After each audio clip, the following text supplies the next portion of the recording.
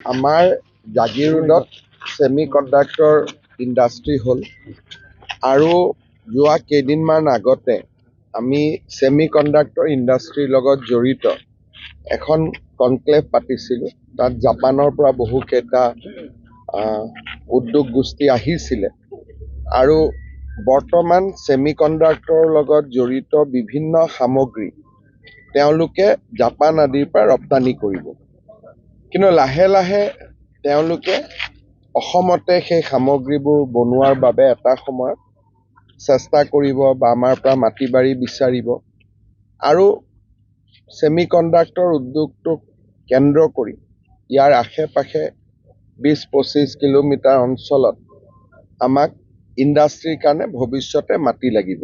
আমি এডভান্টেজ আছাম পাতিছোঁ 25 ফেব্ৰুৱাৰীত। তাৰ পিছতো আমি আশা কৰিছোঁ বহুত নতুন উদ্যোগ আহিব আৰু মাটি বাৰী বিচাৰিব।